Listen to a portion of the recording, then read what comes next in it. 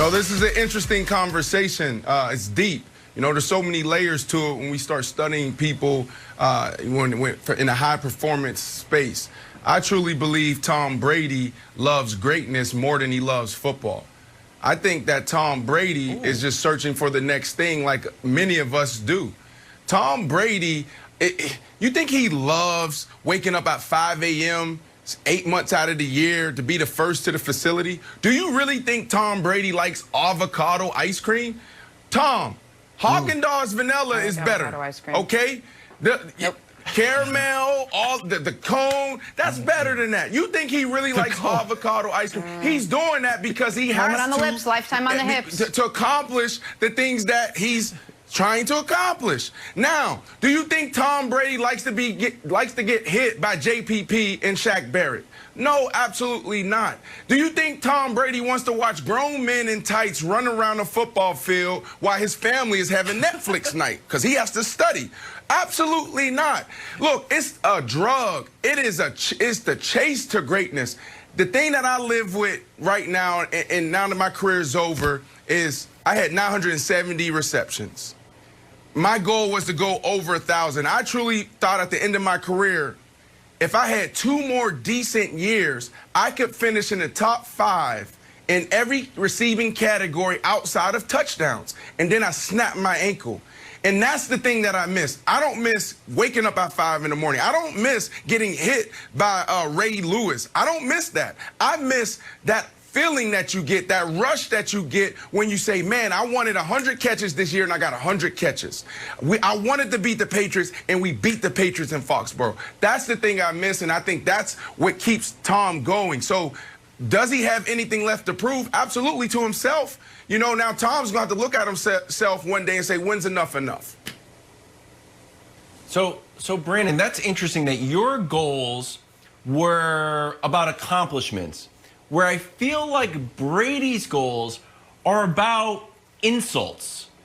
Insults might be the wrong word, but when he feels wrong, and if you look through his career, he's been motivated by when he's felt wronged, and it's worked for him. These aren't just random things. So when Julian Edelman would go up to him and yell at him that he's too old, that motivated him.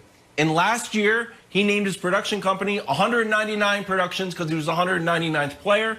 So we know that has motivated him. We know in Tampa Bay, he's like, oh, you guys don't think I can do it without Bill Belichick? And he never said it as much, but we knew that was a motivation.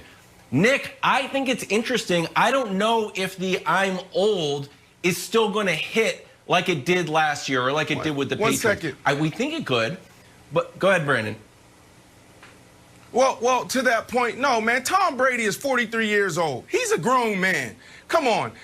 That's just strategy. That's just his a method that players use to motivate themselves. There was one offseason, Nick, where I took but it's not one of those things where it's like he gets super mad. They worked themselves up into that. You really think he cares what somebody says right now? No, he's using that to get to the next thing. That's all he's doing. There was one offseason, Nick, where I literally wrote down every bad thing that people said about me in the media. I wrote down everything that people said. Well, Brandon Marshall won't be a Hall of Famer. Brandon Marshall never made it to the playoffs. Brandon Marshall didn't do this. And I put it on the wall in the weight room. So every day I walked in there, when I didn't want to lift weights, when I didn't want to run those 100-yard gassers, I looked at it and I said, all right, I remember that. Now I'm going to keep going. That's what you use that stuff for, is to go when you don't want to. I think that, as far as what you and Wilds are saying, I do think he's a little different than you in this regard. I think that there is part of him that still, it seems like, is not over what happened at Michigan and then the 199th pick stuff. And then it was only reinforced by the way Belichick coached him. So I do think he has, it's something I have, so, you know, I think a lot of people have it. There's a bit of the fraud complex that you're always fighting against, even though for him, he's the greatest football player ever by a factor of 5. There is no argument there. The only thing he's chasing is LeBron for the greatest American team sport athlete. Put that little quote on Twitter, that'll do well. But here's the reality, Wilds. Here's the part that actually matters.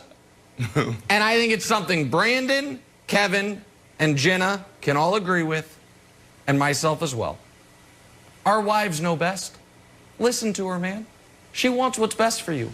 She knows. How many? Hey, Brandon. Zero Brandon, ulterior motives. how many of your best decisions? Zero. How many of your best decisions have come from Mishi's mouth? Probably most of them. Wilds. What about Libby? Libby has been guiding you on this path forever. Jenna, you and Steph, you would be a mess. I would not only would you guys not know me, I would have fallen off the face of the earth a decade ago without my wife. Our wives lead us to where we need to go.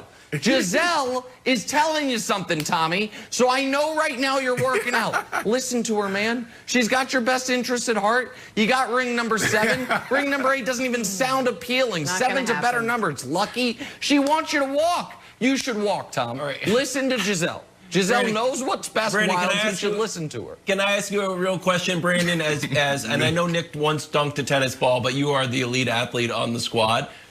Tom Brady tweeted out I would say Jenna's the elite athlete. Okay, there you go, smart man. Right there. Yeah, Tom Brady tweeted out just like a bunch of people doubting him, and he used this as motivation. Do you think there's enough? And then everyone turned. Everyone's like, you know, you were right, Tom Brady, we were wrong. Is there enough doubt in the ecosystem for Tom Brady to still be motivated to prove people wrong? Odell Beckham Jr., what's his brand? What made Odell? He had the catch, was it Sunday Night Football or Monday Night Football, whatever it was, and he had the gold hair and he did the dances. He played that up for years until he had 13 million followers and he was an icon around the globe.